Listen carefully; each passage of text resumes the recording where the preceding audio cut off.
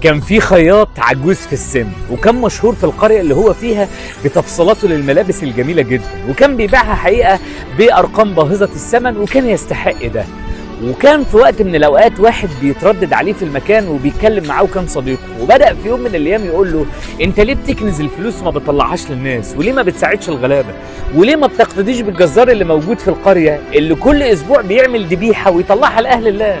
وهنا الخياط مرضاش يرد عليه، سكوته خلى الراجل يطلع في القريه يفضحه، لف على الناس كلها وقال لهم: بصوا الراجل ده غني جدا وبيكنز الفلوس وبخيل، وبدا يسوق سمعته. وبعد فتره الخياط ده توفى، وبعد ما توفى تقريبا باسبوع او 2 لقوا ان الجزار بدا يوقف ذبيح، وقرر ان هو يروح له يقول له: ليه يا عم وقفت الثواب اللي انت بتعمله؟ قال: والله اصل اللي كان بيديني فلوس الذبيح ده كان الخياط.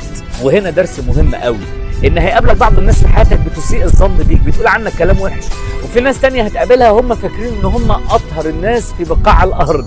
صدقني يا ابني، لا دول هينفعوك ولا دول هينفعوك.